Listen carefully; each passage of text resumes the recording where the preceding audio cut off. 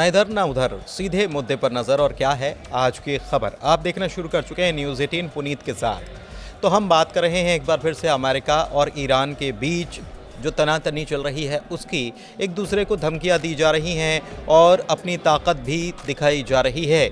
लेकिन ताकत दिखाने के साथ साथ अगर दोस्त भी साथ में आ जाए और कह दे कि मेरे दोस्त को अगर छेड़ा तो हम भी छोड़ेंगे नहीं, तो फिर क्या होगा। जी हाँ, ऐसा ही कुछ सुनने को देखने को मिला है। खबरें यही आई हैं और ये खबर आई है रूस की तरफ से।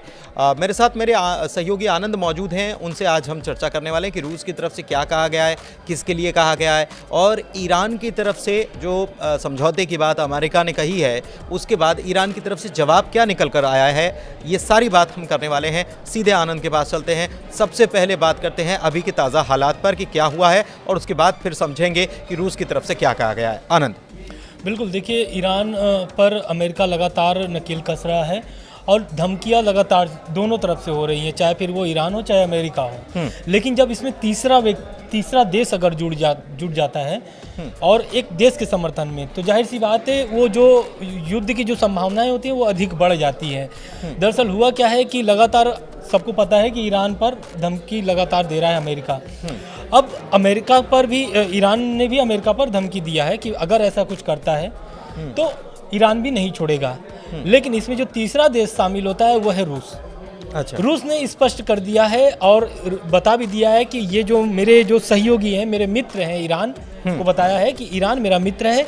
अगर ईरान पर अमेरिका ने कोई भी सैन्य कार्रवाई करता है तो अमेरिका को इसका विनाशकारी परिणाम भुगतना पड़ेगा। और इस घटना के क्या बोलते हैं, रूस के इस प्रतिक्रिया के बाद से लगातार जो है कि खबरें चलने शुरू हो गई कि क्या अब ईरान के साथ रूस और साथी जो ईरान के जो दोस्त हैं, संबंधित दोस्त हैं, वो भी क्या साथ में लड़ेंगे। जैसे कि रूस के साथ अगर आएगा तो उत्तर कोरिया भी आ सकता है। उत्तर कोरिया के साथ साथ कई जो देश हैं वो ईरान के समर्थन कर देंगे। तो देखना ये होगा कि जो अमेरिका ने, पहले तो समझना होगा कि अमेरिका ने क्या धमकी दिया था। दरअसल डोनाल्ड ट्रंप एक प्रेस कॉन्फ्रेंस में बोलते हैं कि अगर ईरान परमाणु समझौते पर चर्चा नहीं करता है तो उस पर बमबारी किया जाएगा, ईरान पर बमबारी की जाएगी। उसके बाद ईरान का बयान आता है और ईरान बोलता है कि अगर अमेरिका ऐसा कोई कदम उठाता है, हालांकि उठाना तो नहीं चाहिए, अगर उठाता है तो ईरान की तरफ से भी उसी तरह का पलटवार किया जाएगा जैसा अमेरिका करता है। क्योंकि ईरान ने भी अपने जो सैन्य मतलब कि एक तरीके से जो कार्रवाई करने वाली क्षमता होती है, या फिर ये बोल ले कि अपने जो जवान हैं, सेना है, सबको तैयार करके रखा है। और हम लोग कुछ दिनों पहले बनाए भी था, एक मिसाइल सिटी के नाम से दिया था, हम लोग वीडियो भी बनाए थे। तो मिसाइल सिटी जो ईरान का है उसको भी धीरे धीरे तैयार करने के एक तरीके से उसको भी अलर्ट मोड पर रख दिया, ऐसा बोला जाए तो ये सब जो चीज़ें हैं एक तरीके से ईरान एकदम अब इसको हल्के में नहीं लेना चाहता है कि क्योंकि ईरान पहले भी धोखा खा चुका है अमेरिका से, अब दूसरी बार धोखा नहीं खाना चाहता है।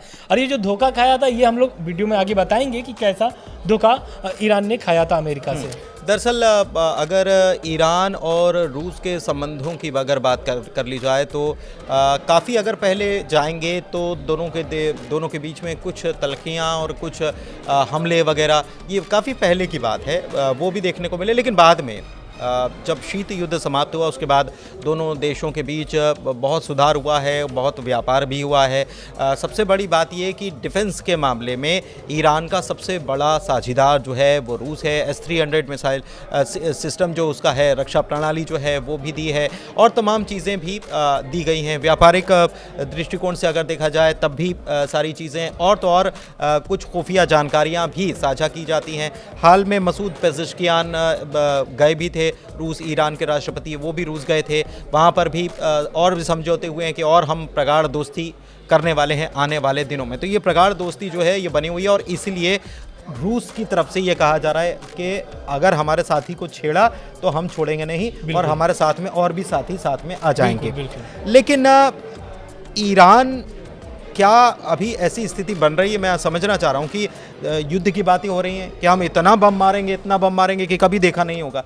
ये अगर अमेरिका कह रहा है तो ये धमकी भर है, या वाकई में युद्ध के हालात बन रहे हैं? क्योंकि मिसाइल सिटी कोई दिखा रहा है, कोई कह रहा है कि हम हमारे बॉम्बर्स जो हैं हमने वो तैनात कर दिए हैं।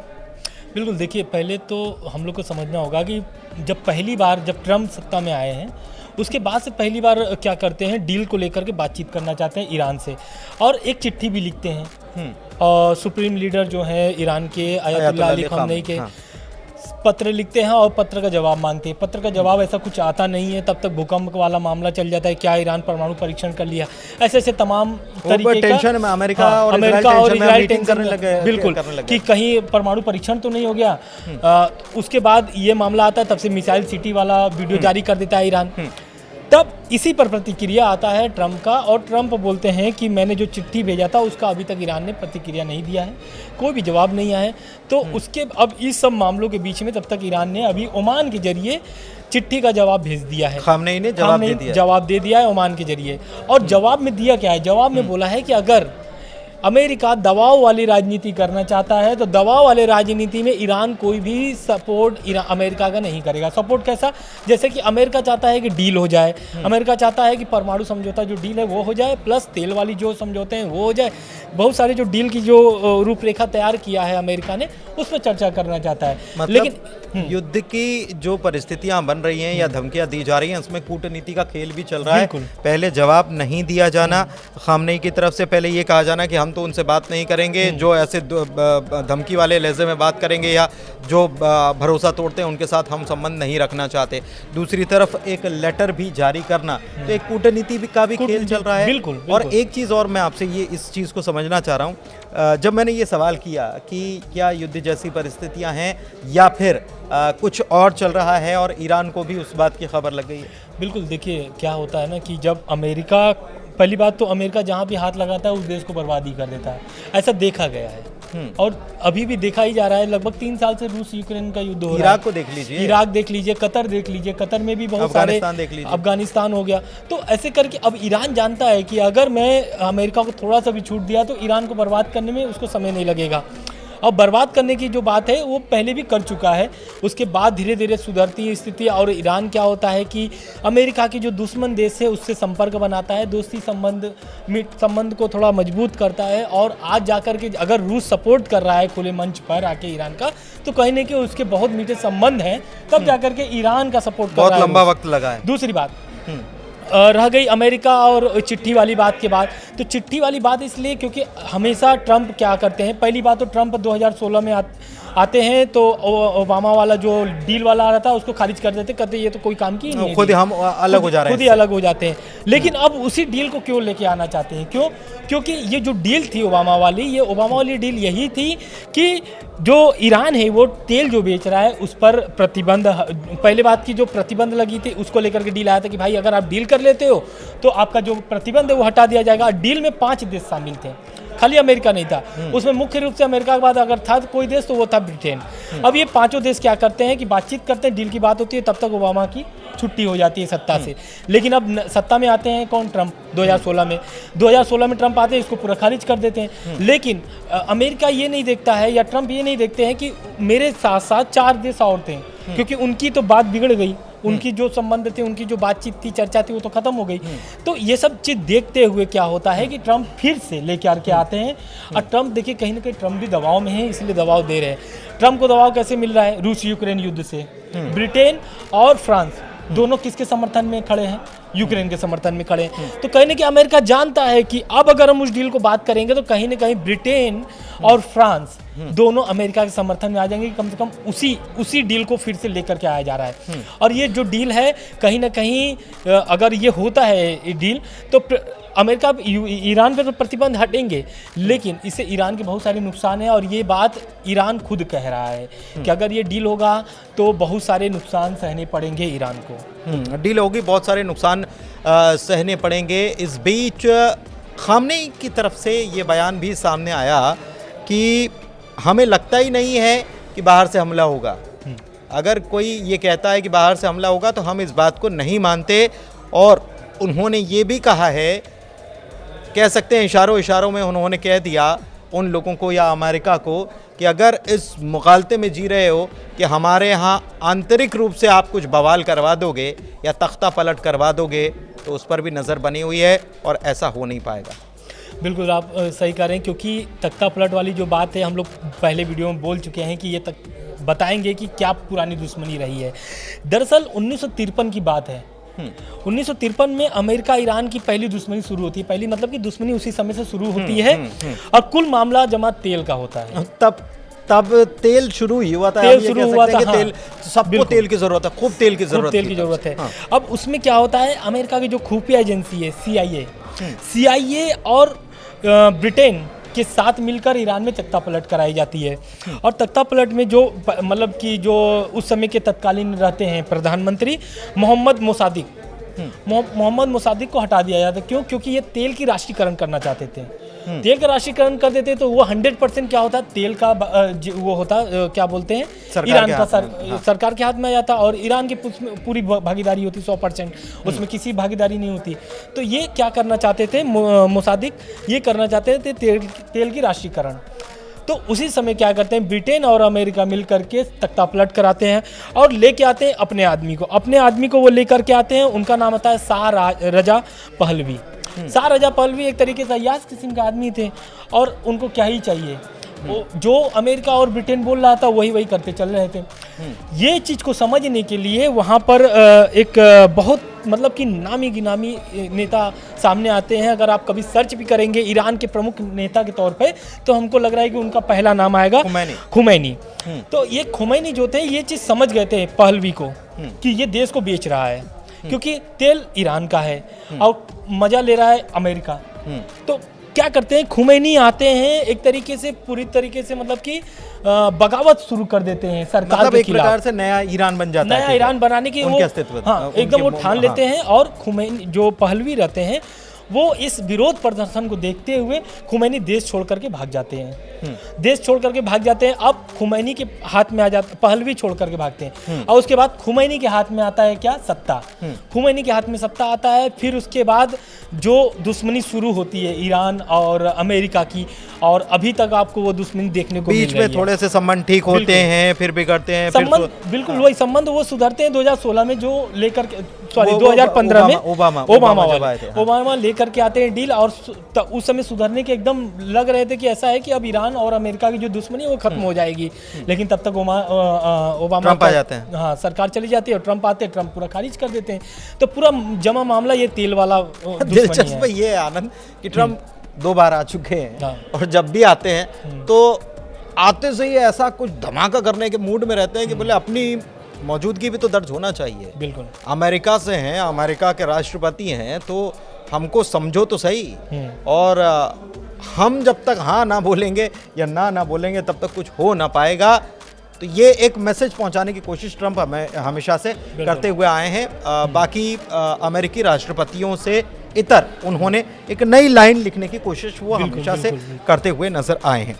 एक चीज़ और है कि अगर युद्ध के हालात बनते हैं तो अगर मैं गलत नहीं हूँ 7 मुस्लिम देश हैं जो अमेरिका के साथ खड़े हुए हैं। और अमेरिका मतलब ईरान के आसपास अगर मिडिल ईस्ट में देखें तो उनके हवाई अड्डे और बहुत सारी सैन्य सहायता बिल्कुल।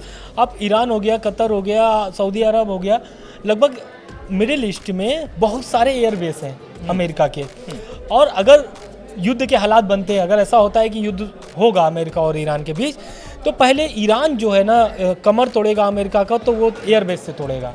क्योंकि मिडिल ईस्ट में अमेरिका के बहुत सारे एयरबेस हैं और अगर अमेरिका ईरान पर हमला शुरू करेगा तो एयरबेस से ही शुरू करेगा, क्योंकि डायरेक्ट अमेरिका से आने में तब तक तो सब लीक हो जाएंगी बातें।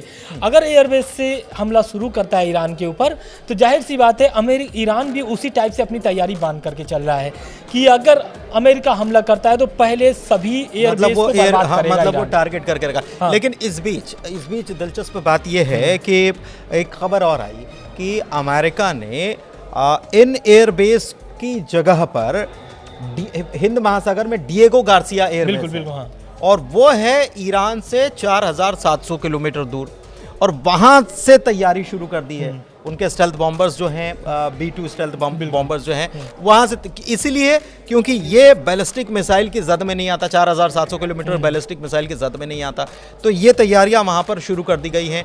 तो उससे एक स्थिति और बनती है। लेकिन अभी हाल में ईरान की तरफ से मिलिट्री एक्सरसाइज हुई थी, अभी एक 25 तारीख को ही, और इसके पहले आपको याद होगा हमने बात की थी कि चाइना और रूस के साथ मिलकर भी इन्होंने अरब खाड़ी में हुई थी और तीनों देश करके मिल करके सैन्य अभ्यास भी किए। किए थे। बिल्कुल।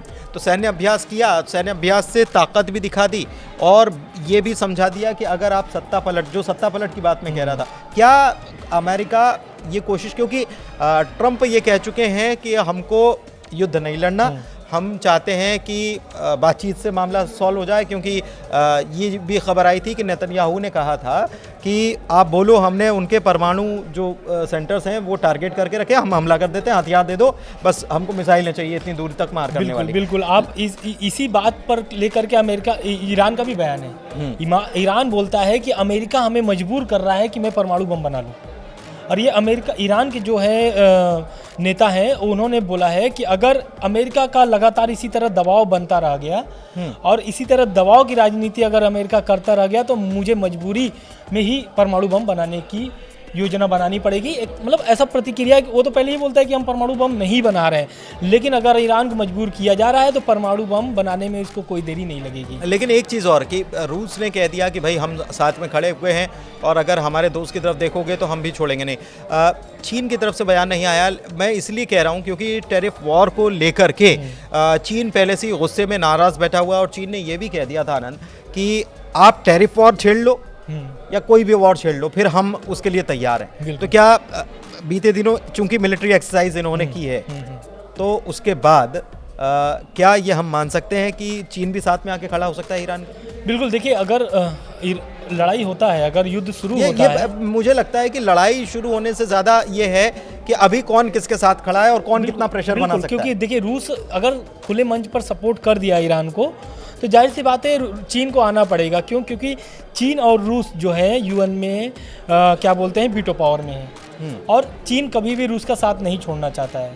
क्योंकि जिस तरीके का अमेरिका चीन पर भी बहुत सारे दबाव बनाए हुए, बहुत सारे क्या बोलते हैं वॉर, जो टैरिफ ऑफ वॉर की बात कर रहे हैं, तो वहाँ पर ये लोग का तो बहुत शुरू से स्टार्टिंग से ही चल रहा है। बिजनेस को लेकर के हमेशा अमेरिका और चीन लड़ते भिड़ते रहते हैं। तो कहीं ना कहीं अमेरिका के दबाव में चीन सपोर्ट कर सकता है ईरान को, रूस के साथ साथ। और उसके साथ साथ उत्तर कोरिया तो खुले मंच बहुत सारे हथियार, आधुनिक हथियार ईरान को मुहैया करा चुका है, और ज़रूरत पड़ने पर जब रूस के धरती पर उतर सकता है उत्तर कोरिया के सेना, तो ईरान में क्यों नहीं उतर सकता है? क्योंकि दोनों ही उसके जिगरी दोस्त बन चुके हैं अभी तक भर में। बिल्कुल। तो कुल मिलाकर ये कहानी आपने समझी कि अभी कौन देश कौन सा खेल खेल रहा है, किसकी तरफ से क्या प्रेशर बनाया जा रहा है। अंतर्राष्ट्रीय स्तर की राजनीति कुछ इसी तरीके की होती है। वहाँ पर बयानों के भी मायने होते हैं और कौन साथ में आकर खड़ा हो गया है, उसके बाद परिस्थितियाँ बदल जाती हैं। ये बार बार कहा जाता है कि अगर हमारी तरफ देखा तो अच्छा नहीं होगा, हम इतने बम मारेंगे, हम उतने बम मारेंगे, हमारे पास ये ताकत है, हमारे पास वो ताकत है। लेकिन इतना आसान नहीं होता किसी भी वॉर को छेड़ना, क्योंकि वॉर से ज़्यादा ट्रेड इम्पॉर्टेंट है, ट्रेड ज़रूरी है, व्यापार ज़रूरी है। बार बार हम ये कहते हैं कि दुनिया व्यापार से चलती है, वॉर से नहीं चलती है। खैर, इस वीडियो में फ़िलहाल के लिए बस इतना ही। चर्चा कैसी लगी बताइएगा ज़रूर कमेंट करके। साथ ही में आपको वीडियो अच्छा लगा तो अपने लोगों के साथ, साथियों के साथ शेयर ज़रूर कीजिए। हमारे चैनल को सब्सक्राइब कीजिए और ख़बरों पर नज़र बनाए रखने के लिए न्यूज़ 18 मध्य प्रदेश छत्तीसगढ़ देखते रहिए। धन्यवाद।